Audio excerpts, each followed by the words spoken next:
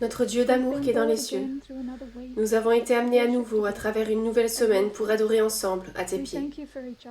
Nous te remercions pour les uns les autres, nous te remercions pour le mouvement et les messages qui nous ont donné de l'espoir et une compréhension du monde dans lequel nous vivons. Nous recherchons toujours plus ta vérité. Nous te demandons de nous bénir, nous et tout ce qui nous est cher. Nous prions pour que nous en sachions assez pour avoir une influence positive sur les autres. Nous pensons donc aussi à nos membres à Fidji.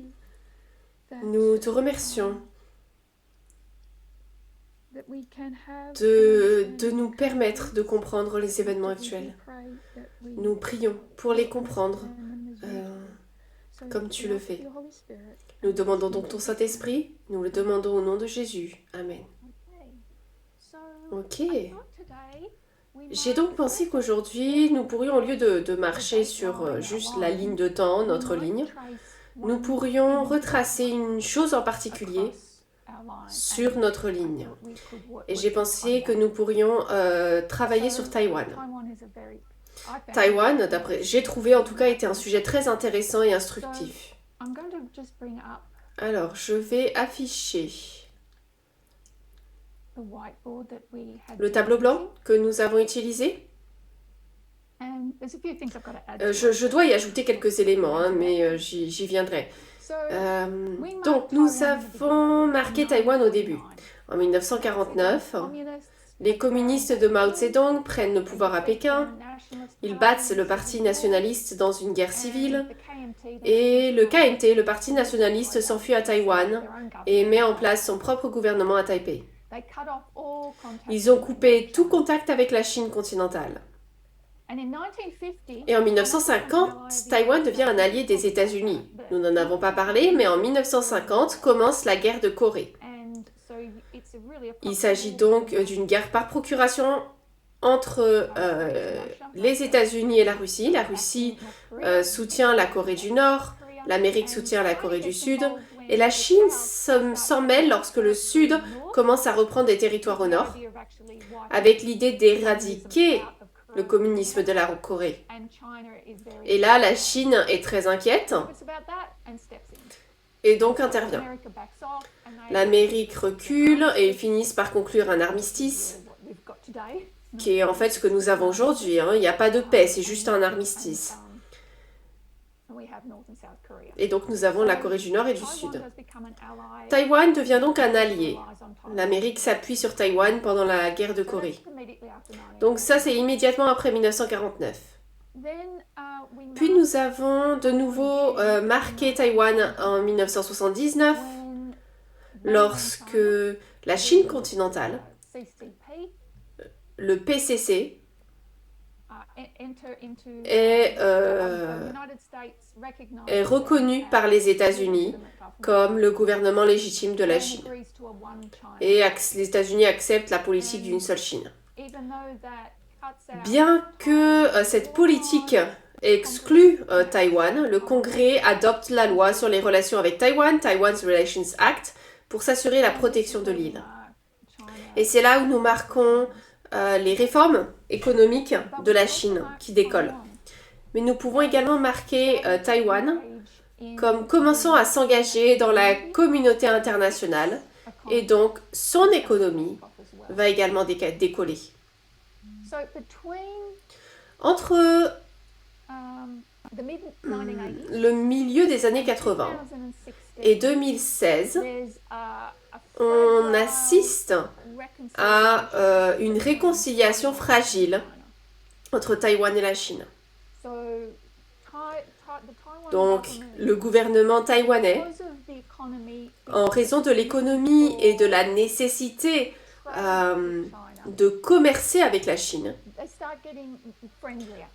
commence à se montrer plus amical. Et cela va durer jusqu'en 2016. Mais à nouveau, en 1989, la place Tiananmen va,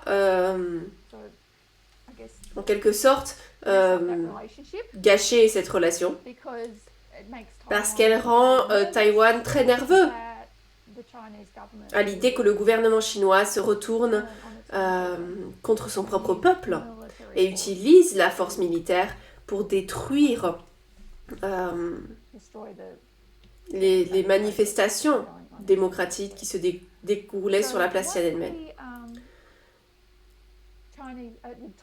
Donc le gouvernement taïwanais a donc immédiatement contacté les États-Unis, comme l'ont fait d'autres pays du monde, et leur a demandé de prendre des sanctions pour condamner la Chine.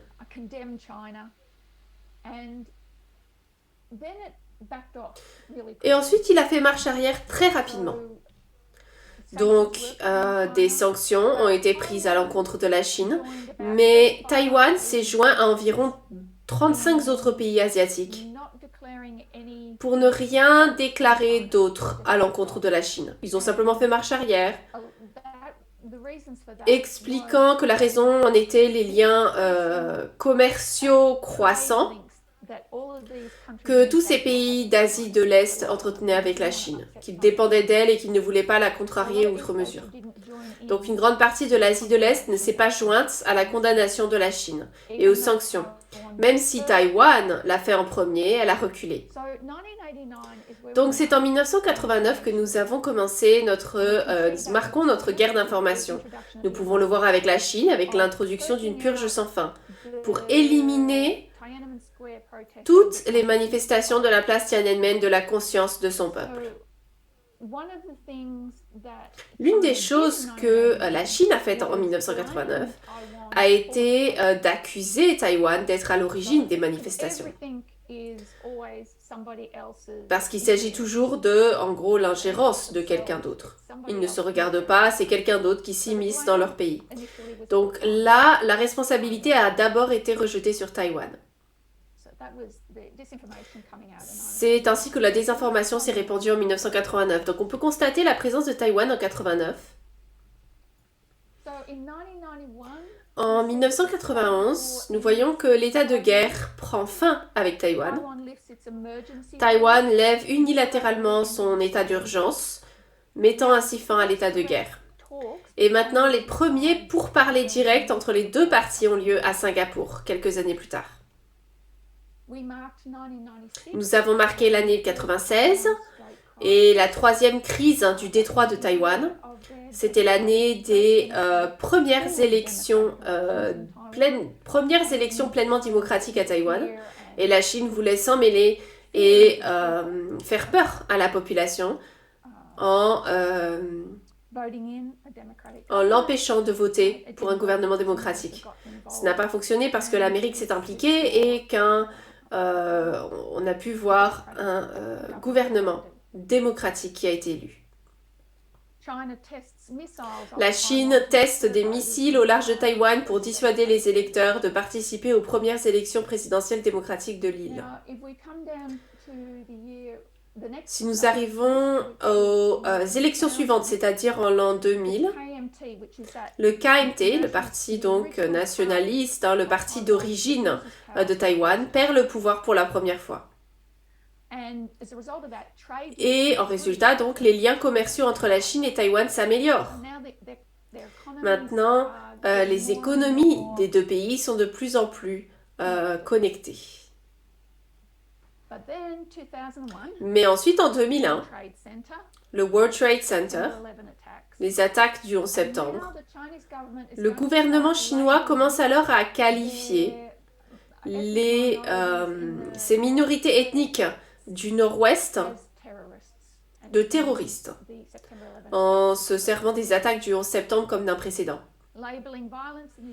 Il qualifie la violence dans la région autonome ouïghour de Xinjiang de terrorisme. Donc l'Amérique commence sa guerre contre le terrorisme en 2001 et la Chine commence à planifier sa guerre contre le terrorisme en 2001. C'est ce que nous constatons.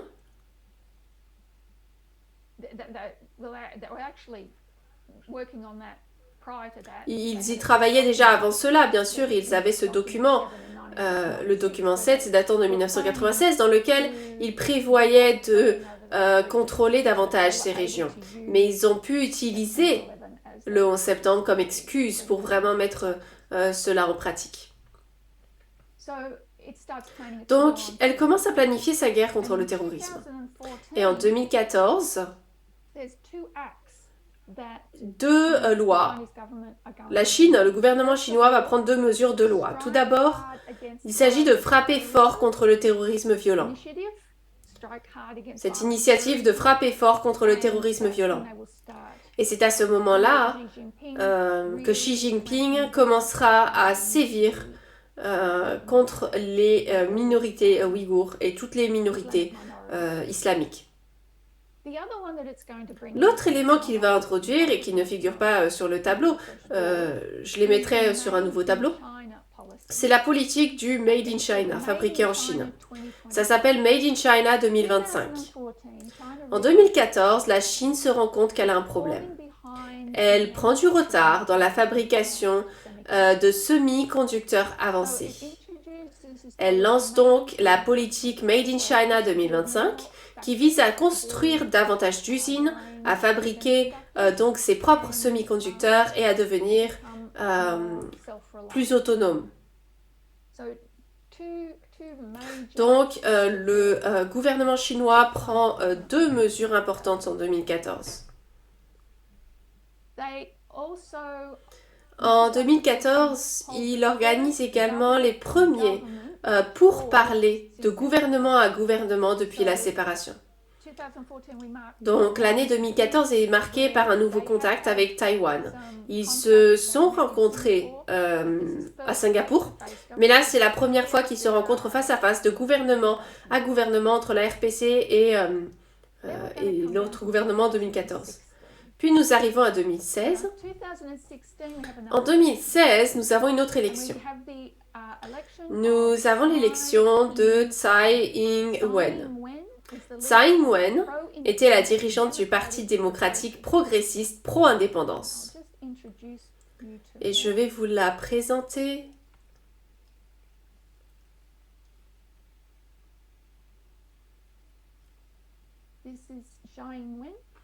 Voilà donc Tsai Ing-wen,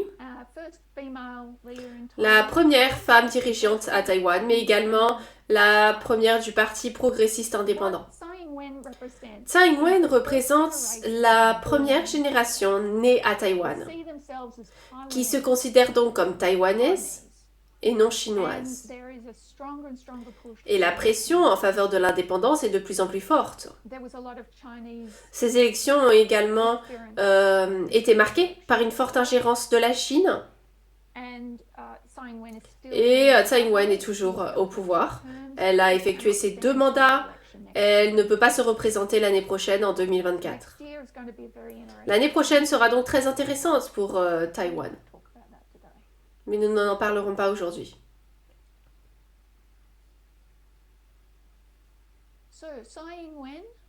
Donc Tsai Ing-wen est maintenant la nouvelle présidente de Taïwan et la période de lune de miel est terminée pour les relations entre la Chine et Taïwan.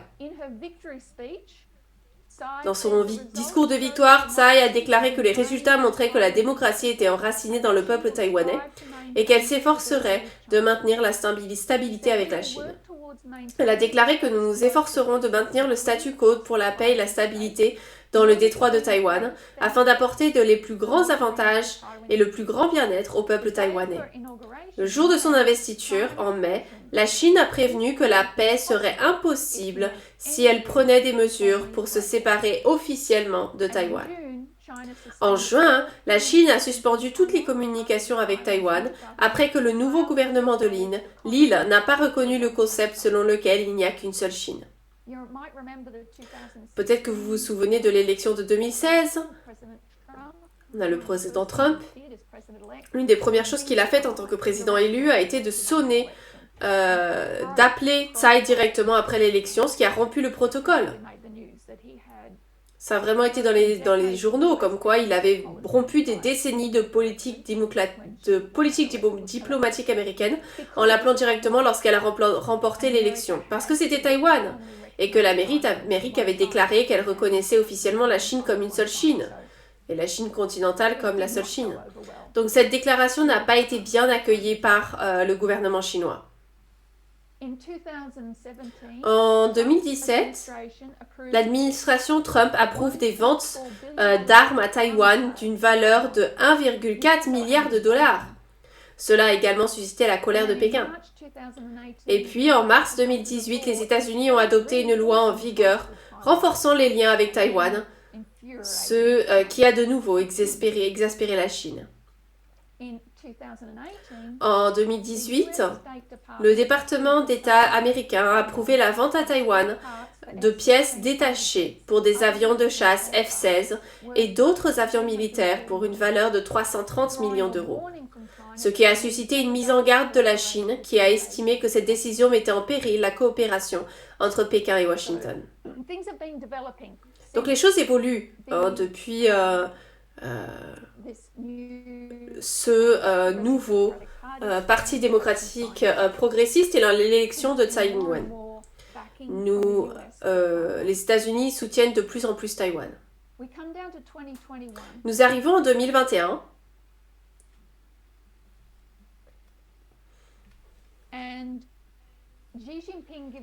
Et Xi Jinping prononce un discours. Xi Jinping s'engage à réaliser la réunification de Taïwan avec la Chine par des moyens pacifiques. Là, c'est un article datant d'octobre.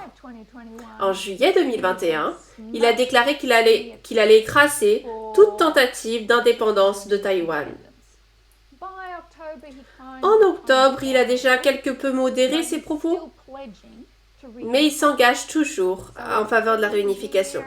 Donc, au cours de l'année écoulée, Xi Jinping a donc renforcé la volonté de la Chine de réunifier Taïwan avec la Chine.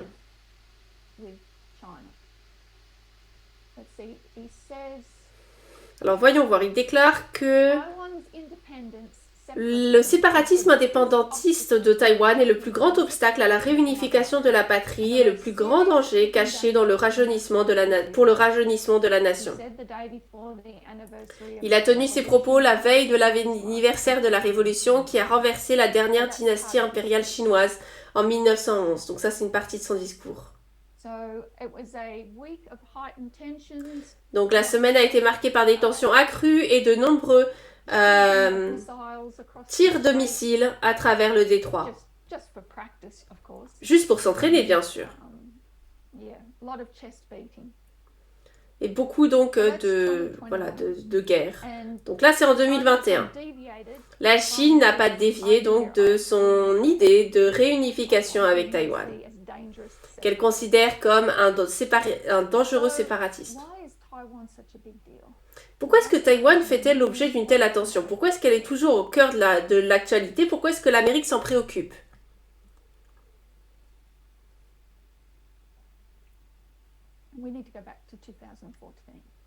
Il nous faut pour cela remonter à 2014. La Chine a toujours voulu réunifier Taïwan. Hein. Mais il y a autre chose en jeu en ce moment.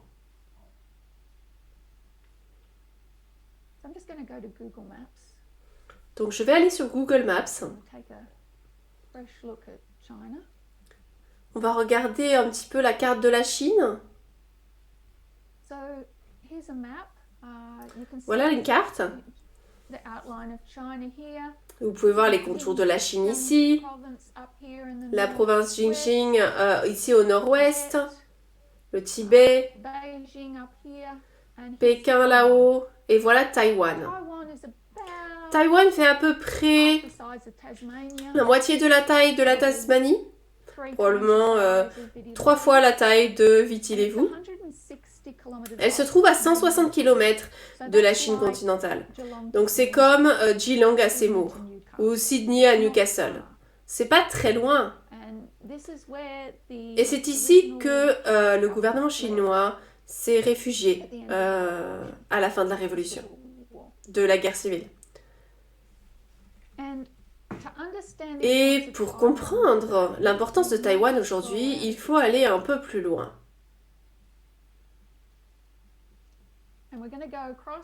Nous allons donc traverser le Pacifique Nord pour nous rendre aux États-Unis. Et ici à San Francisco.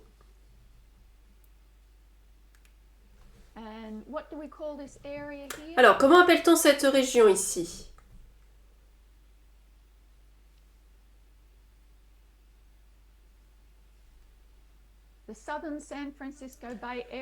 Le sud de la baie de San Francisco en Californie. Cette région, alors je vais défiler un peu plus.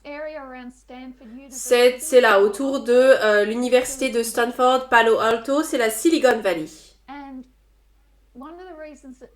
Et l'une des raisons pour lesquelles Taïwan est si importante aujourd'hui dans l'économie et la politique mondiale, c'est que la plus grande usine de puces de silicium du monde, comme l'a dit Ian Bremmer, l'entreprise la plus stratégiquement importante du monde entier est sur cette île de Taïwan. Elle s'appelle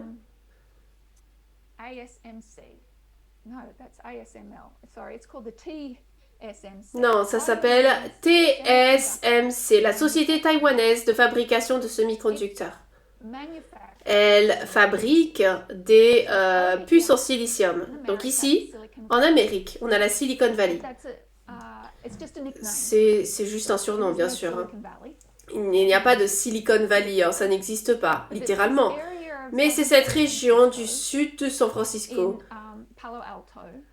à Palo Alto, où la technologie est née autour de l'université de Stanford qui a développé les premiers semi-conducteurs, les puces en silicium. Donc tout d'abord, c'est quoi une puce de silicium?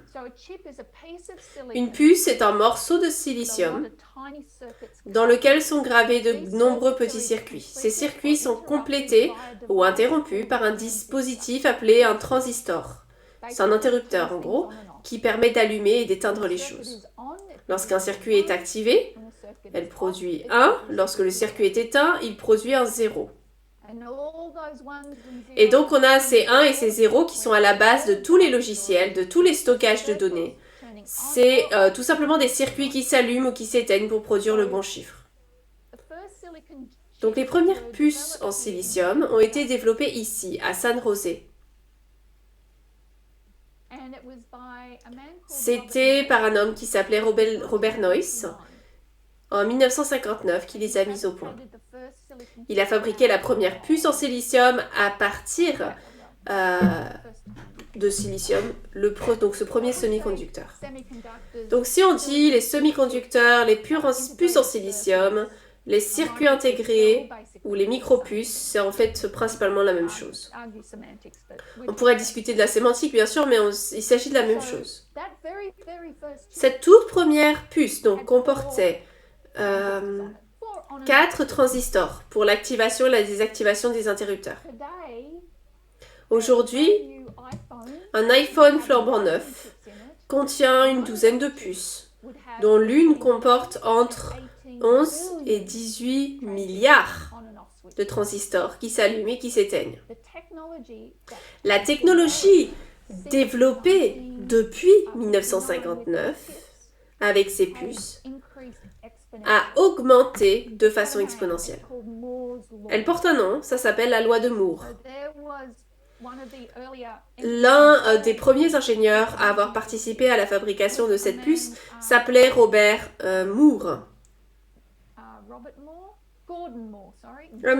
Gordon Moore. Gordon Moore était l'un des fondateurs de l'entreprise qui a fabriqué la puce et il a ensuite fondé Intel. C'était à peu près 7 ans après la première puce à 4 transistors. Quelques années plus tard, il y avait déjà 12 transistors et quelques années après, il y en avait 100. Et il en a tiré une théorie. Il a remarqué qu'à chaque cycle, environ tous les 2 ans, le nombre de transistors doublait. Et c'est ce qu'on appelle la loi de Moore. Ainsi, de 4 jusqu'à 18 milliards de transistors. Il est possible de faire tenir cela sur l'une des puces en silicium les plus avancées d'aujourd'hui. Le progrès de la puce s'accompagne également de ceux de la technologie, qui permet de la fabriquer. C'est donc dans ce domaine que l'on trouve des entreprises comme Apple, Meta, c'est-à-dire Facebook, Alphabet, Google, Adobe, Cisco, eBay, Hewlett-Packard, Intel, LinkedIn, Nvidia, PayPal, Zoom. Elles se trouvent tous dans cette zone ici. Mais quand ces entreprises ont commencé, dès les premiers jours, elles concevaient leurs puces elles-mêmes et les fabriquaient. Il y avait des entreprises en Amérique qui pouvaient fabriquer les puces. Mais au fur et à mesure que les puces sont devenues plus perfectionnées, il a fallu du personnel et des équipements plus perfectionnés pour les fabriquer. Donc c'est une chose de les concevoir, mais il faut ensuite les fabriquer. Et l'Amérique s'est donc mise à la recherche d'une main-d'œuvre bon marché. Ils ont même essayé d'en fabriquer dans les réserves indiennes parce qu'ils se disaient que la main-d'œuvre aussi serait bon marché. Mais en fin de compte, ils n'ont pas pu rivaliser avec Hong Kong. Les premiers semi-conducteurs ont commencé à être fabriqués dans les usines à Hong Kong, où la main-d'œuvre était la moins chère. Et ça s'est répandu dans toute l'Asie de l'Est après.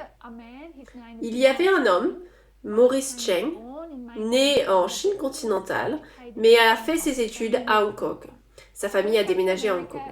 Et puis il est venu en Amérique, il a été à Harvard, le MIT, et il a commencé à travailler pour Texas Instruments. Peut-être que vous connaissez Texas Instruments, si vous êtes comme moi et que vous êtes un peu ancien. C'est l'une des premières calculatrices de l'histoire de l'Europe. L'une des premières calculatrices qu'on nous avait données était une calculatrice Texas Instruments. Je me souviens que je travaillais dans un laboratoire et toutes nos balances, etc. étaient des Texas Instruments. C'est une société connue dans le monde entier. Il travaillait donc pour eux et il a travaillé pour eux à un niveau élevé pendant des décennies. Et après une trentaine d'années, il a été pressenti pour le poste de PDG. Et il s'est dit, ah ben non, faut que j'y aille, faut que je parte. Donc le gouvernement taïwanais l'a débauché et lui a dit, ben, venez vers nous parce que nous construisons des usines de semi-conducteurs. Et nous les avons. Mais nous voulons aller plus haut dans la chaîne de valeur. Donc Maurice Cheng, ce qu'il a fait, c'est qu'il a créé un modèle d'entreprise brillant à Taïwan, où il a dit, on va tout simplement les fabriquer, laisser toutes les autres entreprises les concevoir, nous envoyer leurs plans, et tout ce que nous ferons, c'est de les fabriquer.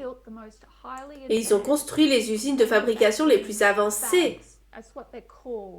C'est ainsi qu'on les appelle. Ces bâtiments qui créent des puces, on les appelle les fabs. Donc ils ont tous été construits à Taïwan. En 2023, les usines les plus importantes, les plus stratégiques, les plus avancées, les plus complexes du monde se trouvent à Taïwan. Il s'agit d'une préoccupation majeure qui touche toutes les économies du monde.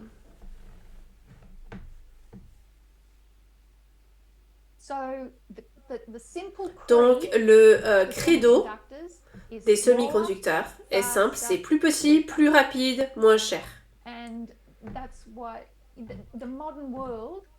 Et c'est ce qui a fait le monde moderne fonctionner là-dessus. Hein. C'est là-dessus que le monde fonctionne. Vous entendrez des gens dire que les données sont le nouveau pétrole. Mais on ne peut pas y avoir de données sans semi-conducteurs. Il n'y a rien d'autre donc dans l'économie qui aurait pu connaître une connaissance exponentielle autre que ces usines de semi-conducteurs.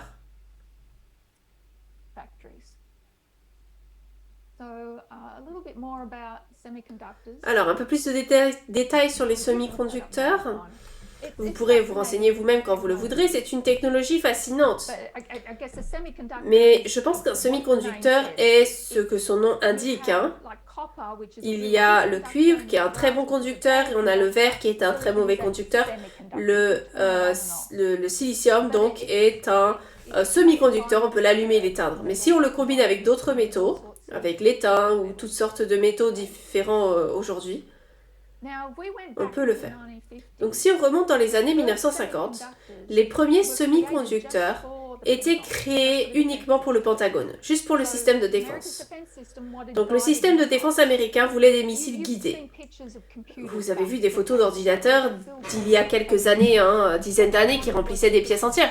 Ce qu'ils voulaient, c'était placer un ordinateur à l'extrémité d'un cône d'un missile. Et pas seulement ça, mais aussi pour pouvoir le guider. Et ils avaient besoin d'ordinateurs plus petits. C'est de là qu'est née l'idée de cette puce originale. Je n'ai jamais eu la moindre idée qu'elle finirait par être utilisée à des fins commerciales, mais au fur et à mesure, ces entreprises ont commencé à gagner beaucoup d'argent en fabriquant des produits pour la défense, pour le système de défense américain. Et puis elles ont réalisé qu'il existait un autre marché. Un autre marché dans le monde de l'entreprise en fournissant des ordinateurs à cette dernière. Et puis bien sûr, ça s'est développé et nous avons tous des ordinateurs dans nos poches, sur nos téléphones. Mais Gordon Moore avait prévu le jour où nous aurions des téléphones dans nos poches.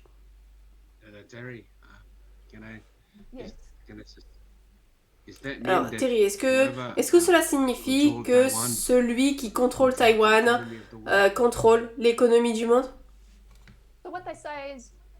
Ce qu'ils disent, c'est que si vous pouvez contrôler les données, vous pouvez contrôler le monde. Donc le pouvoir est dans les données. Donc, on va y revenir. C'est pas si simple que ça en tout cas. La complexité de ces usines fait que la Chine ne peut pas simplement entrer et prendre le contrôle. C'est pas si simple que ça. Mais ça perturberait certainement l'ensemble de l'économie si une guerre était déclarée et que les usines étaient fermées. Ça affecterait le monde entier en quelques jours parce que les chaînes d'approvisionnement seraient toutes perturbées. Cela ressemblerait à ce que le Covid a fait en 2020. C'est la raison pour laquelle les gens attendent toujours les nouvelles voitures en Australie.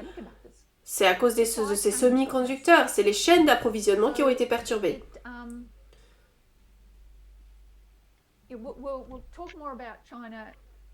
Donc on reparlera un petit peu de la Chine et la possibilité qu'elle envahisse Taïwan. Probablement Elon Musk. Pour Tesla, vous savez, on en a vraiment besoin.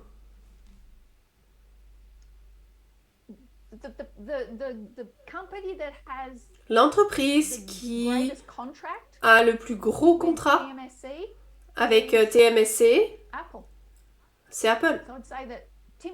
Donc je dirais donc que Tim Cook est l'un des hommes les plus puissants du monde. Donc vous n'êtes pas loin, si on possédait l'une de ces entreprises technologiques multinationales, on a beaucoup de pouvoir.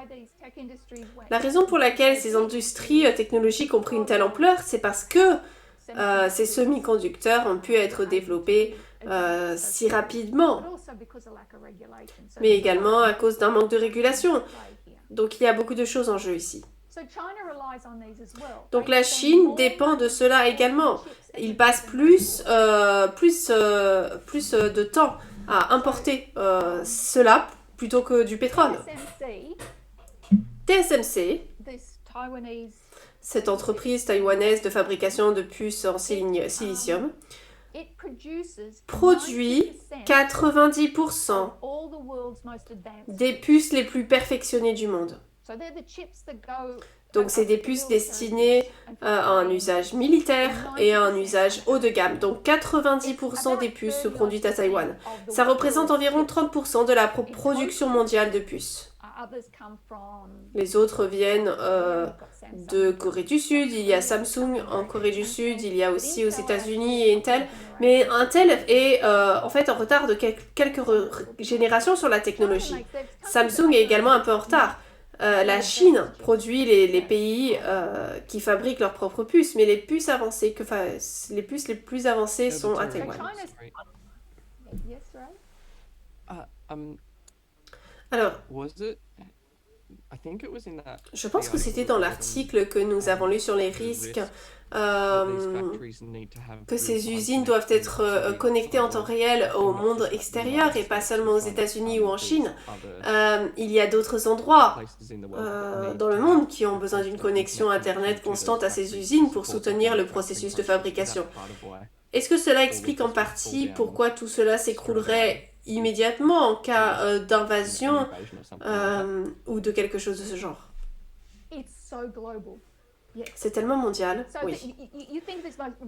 Vous pensez que cette usine de pointe à Taïwan dépend des gaz du Japon ou de matériaux de la Corée du Sud?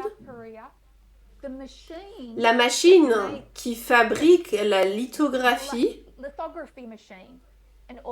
utilise elle utilise en fait la lumière d'un laser pour graver le silicium.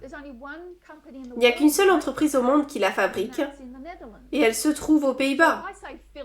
Donc si je vous dis Philips, vous connaissez tous Philips, vous êtes allé à Good Guys ou Harvey Norman et vous avez vu des fers à repasser, Philips, etc. Philips est une énorme entreprise technologique néerlandaise, mais elle a créé une filiale appelée ASML. Maintenant, c'est une société indépendante qui construit les machines de lithographie, qui imprime au laser les schémas de circuits sur le silicium. Elle ne fabrique pas la puce, elle se contente de l'insérer au laser. Il faut 150 millions de dollars par an pour les transporter, ce qui nécessite 4 Boeing 747, des tas de camions et de conteneurs d'expédition, et le personnel qui les fabrique vole avec eux et travaille souvent avec eux pendant toute la durée de vie de la machine. C'est incroyablement complexe, incroyablement précis. Ce laser peut frapper une balle de golf sur la Lune. Les machines qui fabriquent les miroirs utilisés dans ces machines de lithographie sont les miroirs les plus plats jamais fabriqués. Et les composants nécessaires à la fabrication de ces machines proviennent du monde entier. Il s'agit d'une chaîne d'approvisionnement extrêmement complexe qui aboutissent tous sur cette petite île située à 160 km de la Chine continentale. Donc il n'y a pas eu beaucoup de prévoyance. Mais c'était incroyablement efficace. Parce que maintenant, on a toutes ces entreprises à Silicon Valley qui ne pensent même plus à fabriquer ces puces. Il suffit de les acheter. Elles l'achètent tout simplement de Taïwan. Donc Taïwan possède 100%, fabrique 100% des puces en silicium d'Apple. Et le reste également. Hein. C'est donc incroyablement complexe. Tim Cook, le PDG de Google, avant qu'il ne devienne PDG, avant qu'il ne devienne chef de file, il était responsable des chaînes d'approvisionnement. Il s'agit de systèmes incroyablement complexes à l'échelle mondiale. Et nous avons eu un avant-goût de ce qui se passe lorsque ces chaînes d'approvisionnement s'effondrent avec Covid. On l'a eu avec le Covid. Oui, je pensais aussi au parallèle avec l'Europe et la Russie. Toute l'Europe dépendait de la Russie pour l'énergie et devait maintenant trouver une autre solution. Mais avec Taïwan, il n'y a pas vraiment d'autre option si elle disparaît. L'OPEC détient 40% du pétrole. C'est vrai. Ce n'est rien en comparaison. Non, plus de 90% des puces les plus avancées du monde sont produites là-bas.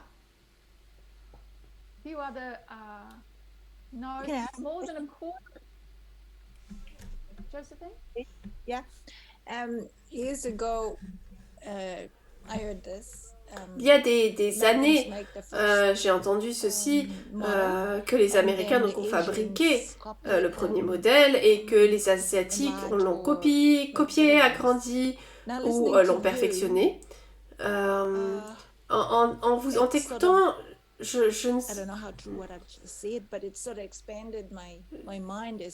ne sais pas si ce que je viens de dire est vrai, mais cela vient de me faire comprendre conscience de l'énormité de tout ce qui se passe à Taïwan avec toute cette technologie et ces puces.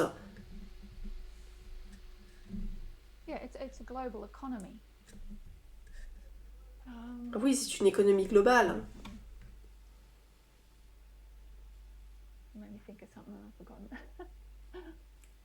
Ça m'a fait penser à quelque chose, mais j'ai déjà oublié.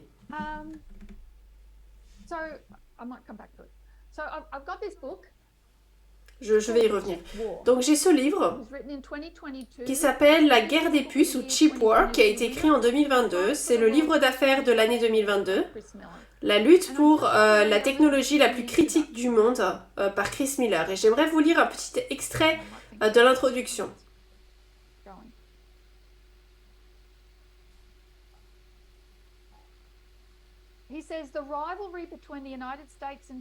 Il dit la rivalité entre les États-Unis et la Chine pourrait bien être déterminée par la puissance informatique. Les stratèges de Pékin et de Washington se rendent désormais compte que toutes les technologies de pointe, de l'apprentissage automatique au système de missiles, des véhicules automatisés aux drones armés, nécessitent des puces de pointe.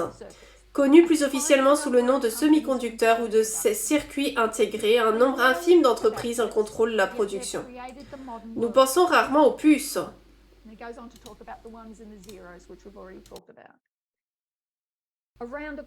Environ un quart des revenus de l'industrie des puces provient des téléphones. Une grande partie du prix d'un nouveau téléphone sert à payer les semi-conducteurs qu'il contient. Au cours de la dernière décennie, chaque génération d'iPhone a été alimentée par l'un des processeurs les plus avancés au monde.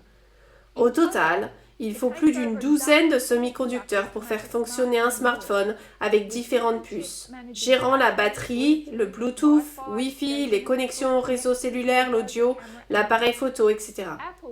Apple ne fabrique aucune de ces puces. Elle achète la plupart d'entre elles sur étagère. La fabrication et la miniaturisation des semi-conducteurs constituent le plus grand défi technique de notre époque. Aujourd'hui, aucune entreprise ne fabrique des puces avec plus de précision que la Taiwan Semiconductor Manufacturing Company, mieux connue sous le nom de TSMC. En 2020, alors que le monde était en proie à des blocages provoqués par un virus dont le diamètre mesurait environ 100 nanomètres, milliardième de mètre, l'installation la plus avancée de TSMC, Fab 18, sculptait des labyrinthes microscopiques de transistors minuscules, gravant des formes plus petites que la moitié de la taille d'un coronavirus, un centième de la taille d'une mitochondrie. TSMC a reproduit ce processus à une échelle inégalée dans l'histoire de l'humanité. Apple a vendu plus de 100 millions d'iPhone 12, chacun équipé d'un processeur A14 avec 11,8 milliards de minuscules transistors gravés dans le silicium en l'espace de quelques mois. En d'autres termes, pour une seule de ces douzaines de puces dans un iPhone, l'usine 18 de TSMC a fabriqué bien plus d'un quintillion de transistors, c'est-à-dire un nombre avec 18 zéros derrière.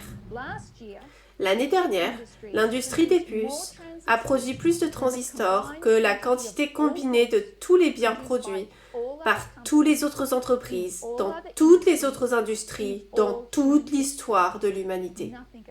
Rien d'autre ne s'en approche. Donc, cela vous donne une idée de l'ampleur du phénomène. Nous ne nous arrêtons pas pour y penser à ces puces, elles y sont partout, dans votre machine à laver, dans votre carafe. C'est l'un des plus simples des interrupteurs et la seule chose qui n'en contient pas. Alors vous avez mentionné le nombre de puces utilisées pour l'IA. Ouais. Et c'est ce que l'Amérique ne veut pas que la Chine développe. L'IA, c'est une question de données. Il n'y en a pas de données sans semi-conducteurs. Si l'une des étapes du processus de production des semi-conducteurs est interrompue, l'approvisionnement mondial en nouvelles puissances de calcul est menacé À l'heure de l'IA, on dit souvent que les données sont le nouveau pétrole. Pourtant, la véritable limite à laquelle nous sommes confrontés n'est pas la disponibilité des données, mais celle de la puissance de traitement. Et alors, elle explique ce qui a été créé à Taïwan est un chef-d'œuvre d'efficacité. Mais il est aussi très vulnérable. Alors, pas seulement en Chine, hein, mais elle se trouve en fait sur une ligne de faille. S'ils ne construisent pas ces usines près des routes, près des autoroutes ou des aéroports, c'est parce qu'il ne peut pas y avoir. Il ne faut pas qu'il y ait des vibrations. Et pourtant, ils l'ont construit au-dessus d'une ligne de faille. Mais il continue en disant que le changement sismique qui met le plus en péril l'approvisionnement en semi-conducteurs aujourd'hui n'est pas le choc des plaques tectoniques, mais l'affrontement des grandes puissances, la Chine et les États-Unis. Un livre très intéressant, Chip War, qui retrace l'histoire des puces. C'est une histoire qui se termine à Taïwan.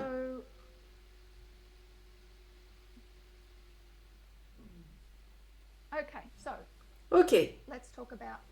Nous allons parler de la Russie et de la guerre en Ukraine. Donc lorsque la guerre a commencé, que la Russie a progressé en Ukraine, et que l'Ukraine a commencé à riposter, ce que les Ukrainiens ont remarqué, ils ont remarqué bien sûr tous les pillages. Le pillage fait partie de toute guerre, hein. Mais les Russes prenaient les machines à laver. Et ils se demandaient, mais pourquoi est-ce qu'ils prennent des machines à laver? Ils n'ont pas de machines à laver, hein. Ils prenaient tout ce qui avait des puces. Donc depuis la guerre et les sanctions, la Russie a perdu. En gros, elle n'a pas été en mesure d'importer des puces avancées. Elle a donc certaines capacités pour fabriquer des puces, mais elle n'importe rien, tout comme la Chine, elle importe beaucoup. Alors, je me souviens de ce que j'allais dire, Joséphine, ça y est. Vous savez quand vous achetez des produits et qu'il est écrit fabriqué en Chine? Vraiment? En fait, c'est assemblé en Chine. Donc les puces sont toutes fabriquées à l'étranger, pas toutes, certains peuvent le faire. Même les composants qui permettent de fabriquer les produits fabriqués en Chine viennent d'autres pays. C'est vendu autre part. Donc c'était le point que je voulais faire. Merci Joséphine. Mais avec la Russie, aucun pays n'est autosuffisant.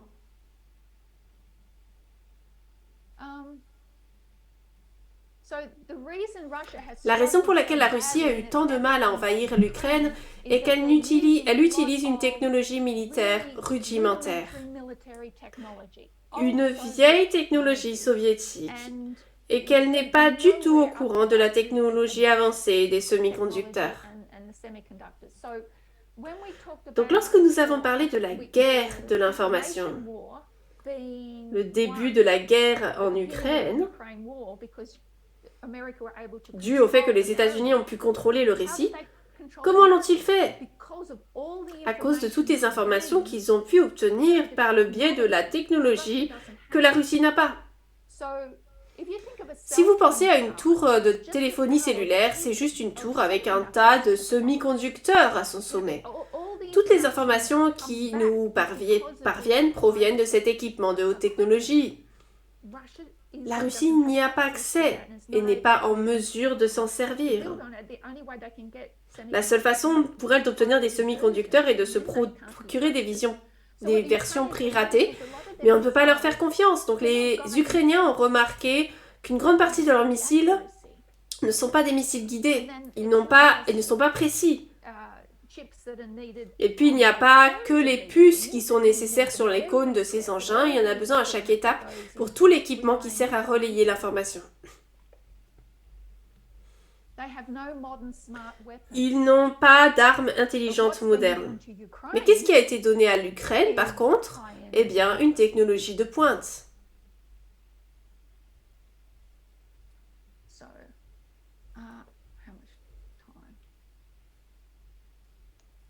Donc cela rend Taïwan très vulnérable alors. Elle est vulnérable et elle est essentielle. Le monde entier est vulnérable à cause de Taïwan. Donc, que va faire le gouvernement américain?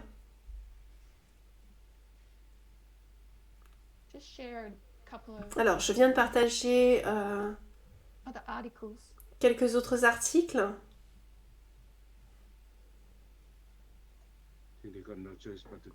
Je pense qu'ils n'ont pas d'autre choix que de se défendre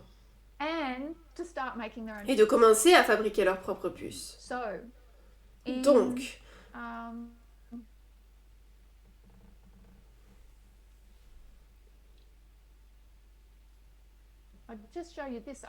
je vais vous montrer cet article. C'est un article du New York Times. La machine la plus compliquée de la guerre froide, hors de la portée de la Chine. Donc là, c'est une entreprise néerlandaise qui fabrique l'outil de fabrication de puces, le laser. Donc, il ne fabrique pas la puce, ce n'est qu'un élément parmi d'autres de cette installation complexe qui les fabrique.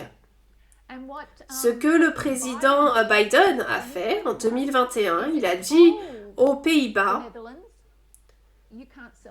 vous ne pouvez pas vendre à la Chine. Donc, qui a pris le contrôle là? Un outil de fabrication de puces d'une valeur de 150 millions de dollars provenant d'une entreprise néerlandaise est devenu un levier dans la lutte entre les États-Unis et la Chine. Il montre également à quel point la chaîne d'approvisionnement mondiale est solidement ancrée. Le président Biden et de nombreux législateurs à Washington s'inquiètent ces derniers jours des puces électroniques et des ambitions de la Chine concernant cette technologie fondamentale.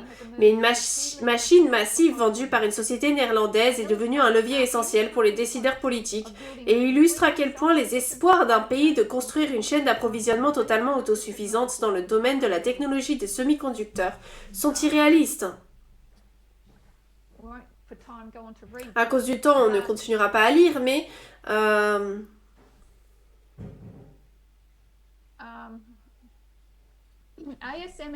la machine d'ASML s'est effectivement transformée en un point d'étranglement dans la chaîne d'approvisionnement des puces, qui sont le cerveau des ordinateurs et autres appareils numériques.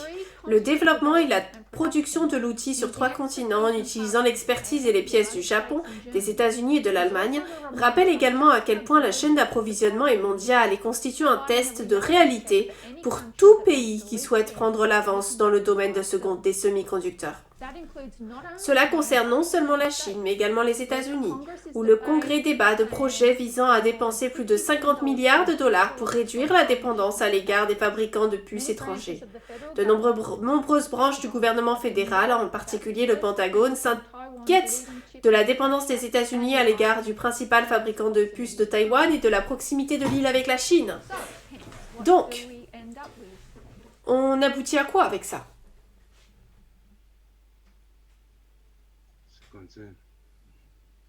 C'est une vraie préoccupation.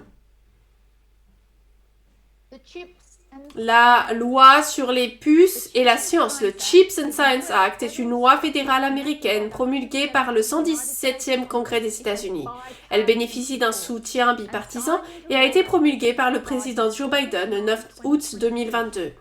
La loi prévoit un nouveau financement d'environ 280 milliards de dollars pour stimuler la recherche et la fabrication de semi-conducteurs aux États-Unis. La loi comprend 39 milliards de dollars de subventions, etc., etc. Où va tout l'argent?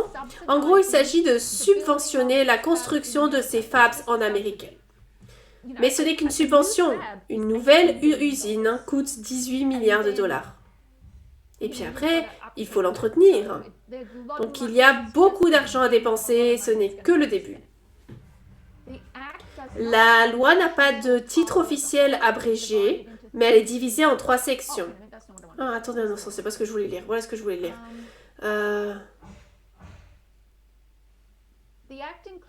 Cette loi prévoit 39 milliards de dollars de subventions pour la fabrication de puces sur le territoire américain, ainsi que 25% de crédit d'impôt à l'investissement pour les coûts de l'équipement de fabrication, et 13 milliards de dollars pour la recherche sur les semi-conducteurs et la formation de la main-d'œuvre, dans le but principal de contrer la Chine. La loi sur les puces et la science combinent deux projets de loi bipartisans. Donc, il n'y a pas grand-chose sur lequel ils sont d'accord au Congrès, mais cette loi sur les puces et la science bénéficient d'un soutien bipartisan. Les deux parties sont conscientes de l'importance de fabriquer leurs propres puces, ou au moins de cesser de dépendre de Taïwan. Ça prendra des années. Hein. On ne construit pas ces choses du jour au lendemain. Il faudra une décennie pour les mettre en place et les faire fonctionner. C'est un peu tard, mais c'est un début. Nous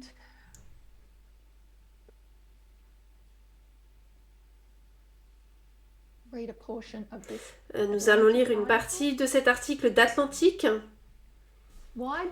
Pourquoi le blocage de Biden sur les puces à destination de la Chine est important? Non seulement ils investissent de l'argent dans la construction de leur propre usine, mais Biden a également stoppé la chaîne d'approvisionnement en Chine.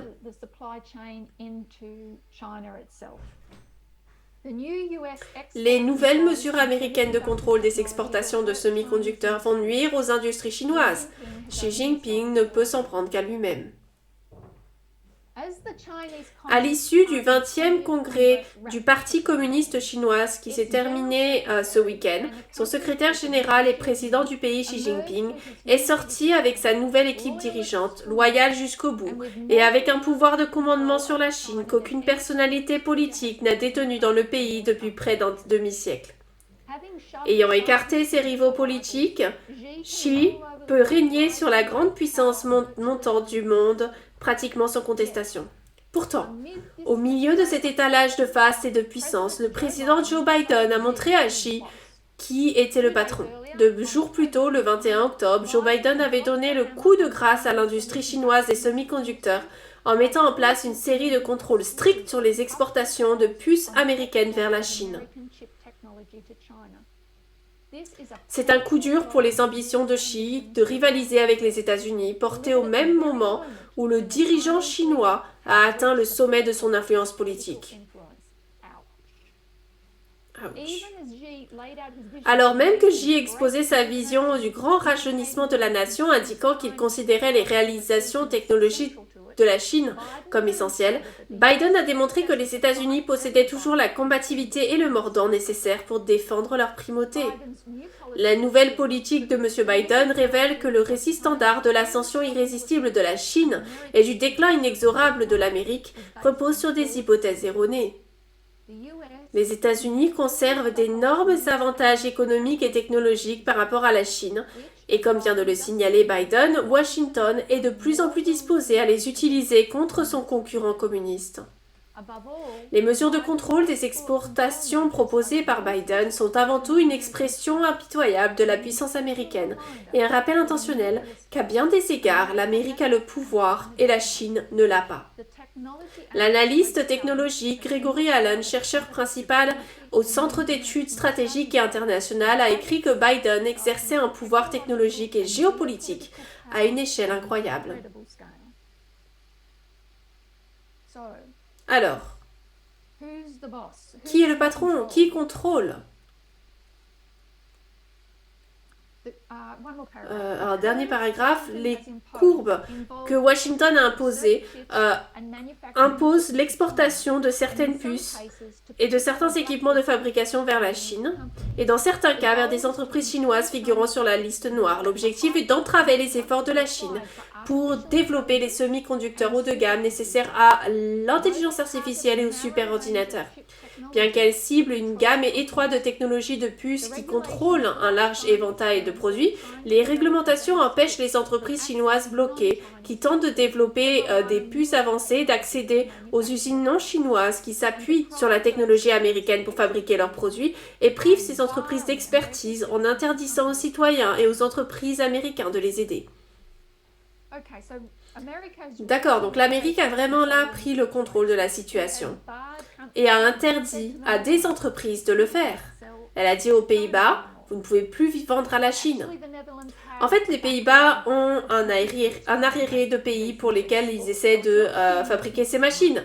Donc ils ne sont pas touchés pour l'instant. Mais d'autres pays, d'autres fabricants à travers le monde font partie de ces chaînes d'approvisionnement pour lesquelles l'Amérique est intervenue et a dit non, pas à la Chine. Et le monde entier se dit, ok, ils font quoi? Ils font ce que l'administration Biden leur dit.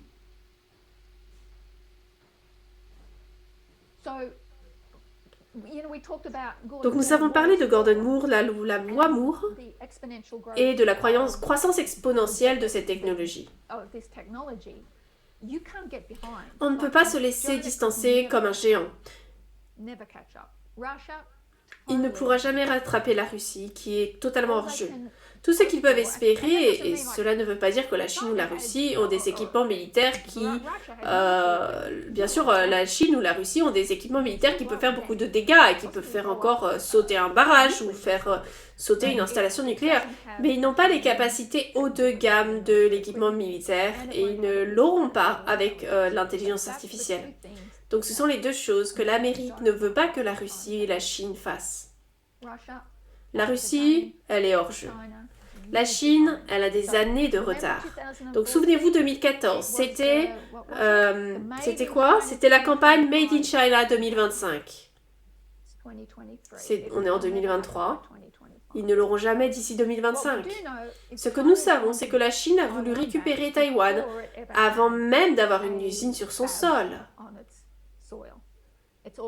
Elle a toujours voulu récupérer Taïwan. Donc il y a deux écoles de pensée. La première, celle de Taïwan, c'est ce qu'ils appellent un bouclier de silicium. Cela signifie ils ne nous attaqueront jamais. Ils savent à quel point nous sommes importants au niveau mondial.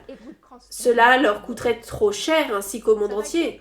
Donc ils se sentent un peu protégés par le fait qu'ils ont ces usines et que l'arrêt de la chaîne d'approvisionnement, la fermeture d'une de leurs usines, entraînerait non pas une récession, mais une grande dépression dans le monde entier. Donc il y a cette école de pensée qui pense qu'ils ne le feront pas. D'un autre côté, on ne sait pas ce que feront ces dirigeants autoritaires parce qu'ils prennent des décisions stupides. L'histoire est pleine de guerres qui ont été des désastres économiques pour les deux parties. La guerre en Ukraine en est un bon exemple. Et lorsque ces dirigeants autoritaires s'entourent de flagorneurs qui leur disent ce qu'ils peuvent vouloir entendre, eh bien ils peuvent le faire. Xi a promis de ramener Taïwan sous contrôle chinois. Donc c'est l'une de ses priorités. Rappelez-vous, Ian Bremmer a dit que ça n'arriverait pas en 2024. Ça n'arrivera pas en 2024. Probablement pas en 2024 non plus. Mais et s'il y avait un changement d'administration, s'il y avait peut-être un président tout aussi nationaliste que le PCC, et que le PCC, donc, qui ne se soucie pas du reste du monde et qui n'a pas l'intention de dépenser de l'argent pour défendre un autre pays. Il se retirerait probablement de l'Ukraine. Tout ce qu'on a besoin, c'est un Trump qui admire Xi Jinping, qui pense que c'est un grand homme, un bon ami. Et il y a beaucoup d'incohérences parce qu'ils n'aiment pas perdre le commerce au profit de la Chine, mais ils ont conclu un accord qui est favorable aux deux parties. Donc tout est peut-être à l'ordre du jour. Ces études ne sont pas dans le but de faire des applications, mais juste de présenter certains détails sur pourquoi est-ce que nous notons que Taïwan est présent sur tous nos points sur nos balises, pourquoi elle est si importante sur le plan stratégique aujourd'hui et pourquoi nous comptons sur ces minuscules petites puces qui dirigent le monde et auxquelles nous ne prêtons même pas attention. Je pense que on a déjà plus de temps. Est-ce qu'il y a des questions? Alors, commentaire général. Il semble que les relations entre Taïwan et la Chine sont très similaires au contrôle des relations entre l'Ukraine et la Russie. Les deux autres deviennent incontrôlables parce qu'elles deviennent plus puissantes. Les puces font connaître Taïwan dans le monde entier. Et l'Ukraine reçoit tous ces équipements plus modernes que la Russie. C'est ce que j'ai l'impression de voir. Est-ce que c'est le cas? Oui, des similitudes. L'Ukraine, grenier à blé du monde. On en a vraiment besoin. Les Taïwanais, dans une zone différente.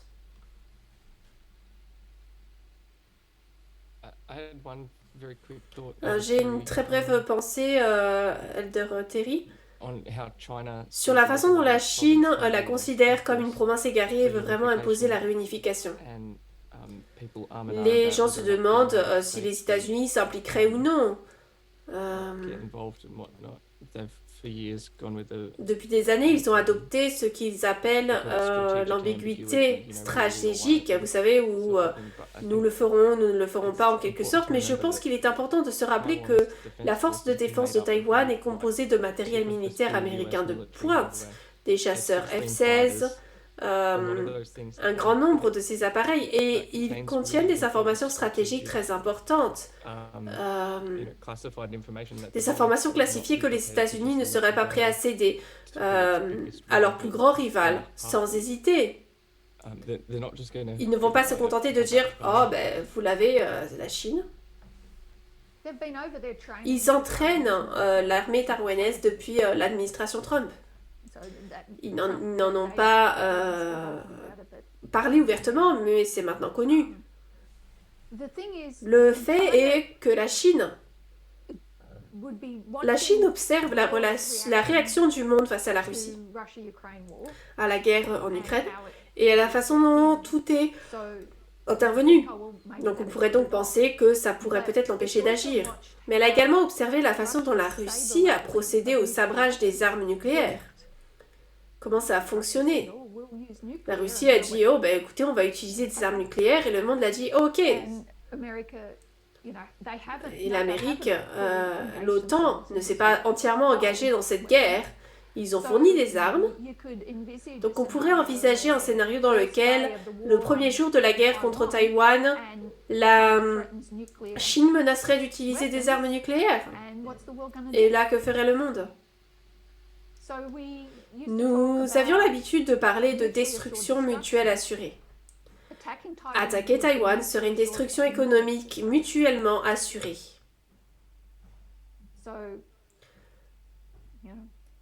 Alors, je ne sais pas de quoi demain sera fait, mais ce sont des choses qui pèsent lourdement sur les politiciens et les militaires du monde entier en ce moment. Ancienne Terry, je me souviens qu'on avait demandé à Biden s'il défendrait Taïwan militairement. Et il avait répondu que oui, il avait déclaré qu'il le ferait. Très clairement. Que fera le prochain président? Ça, c'est la question. Je vais donc partager un autre article avec vous et je conclurai. Il est tiré du Washington Post. Les sanctions obligent la Russie à utiliser des pièces d'appareils électroménagers dans son équipement militaire. Avec donc les sanctions imposées par les États-Unis obligent la Russie à utiliser des puces informatiques provenant de lave-vaisselle et de réfrigérateurs dans certains équipements militaires. Donc ça, c'est ce qu'ils ont découvert.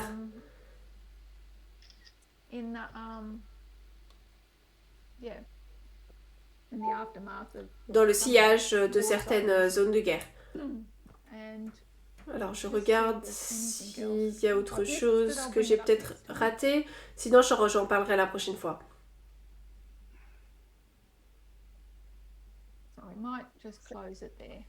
On va peut-être s'arrêter là, du coup. Alors, désolée, l'ancienne Terry, je me demandais si le reste du monde, peut-être pas le reste du monde, mais ces pays qui écoutent ce que disent les États-Unis parce qu'ils ont vu Biden intervenir sur l'Ukraine et la Russie, est-ce qu'il y en a plus que cela en coulisses? Je pense simplement qu'ils reconnaissent que les Pays-Bas sont un pays démocratique de l'OTAN, les Pays-Bas, je sais pas. Mais ils savent qui ils veulent écouter. Peut-être qu'ils ne sont pas satisfaits de la décision, mais ils aimeraient avoir l'argent de la Chine. Il y a un marché. Et c'est le problème que le monde a rencontré en 2001 avec l'entrée de la Chine dans l'Organisation mondiale du commerce. Beaucoup de pays et d'entreprises ont fait d'énormes profits en entrant en Chine. Et maintenant, ils sont en train de le découpler, comme l'a dit Ian Bremmer. Et vous savez, il y a une perte au découplage, mais il y a aussi une perte à ne pas découpler. Mais il ne s'agira pas d'une perte monétaire. Et pensez-vous qu'il s'agit d'une sorte d'acte 27 ou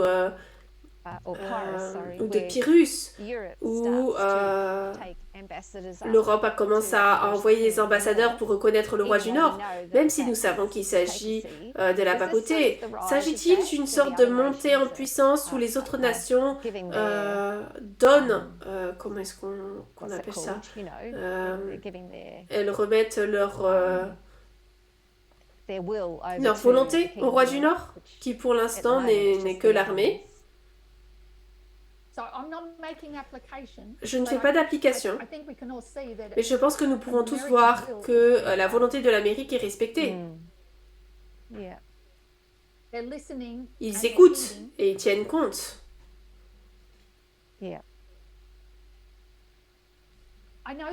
Je sais que la technologie est différente, bien sûr qu'elle l'est. C'est très impressionnant, hein, absolument époustouflant. Mais il suffit d'en avoir un aperçu, de savoir que c'est époustouflant. Nous n'avons pas besoin de comprendre, nous avons juste besoin de savoir que c'est là. Regardez, on est sur Zoom, face à un ordinateur, avec nos téléphones. On est entouré de cette technologie. Nous n'avons pas besoin de comprendre comment cela fonctionne pour l'utiliser. Mais je pense que nous devons comprendre à quel point elle est importante dans l'économie mondiale et comment le monde s'effondrera si les chaînes d'approvisionnement qui le font fonctionner sont perturbées. D'où l'ouverture des routes commerciales de la mer de Chine méridionale, etc. Quoi qu'il en soit, donc je vais m'arrêter. Nous allons terminer par une prière. So bitter.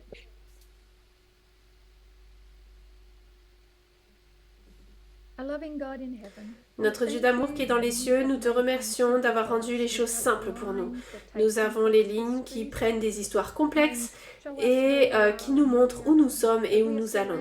Mais nous sommes entourés de complexité. Aide-nous, Seigneur, à nous frayer un chemin dans la boue et à voir ce qui est important et à reconnaître les événements actuels et la manière dont ils nous affectent.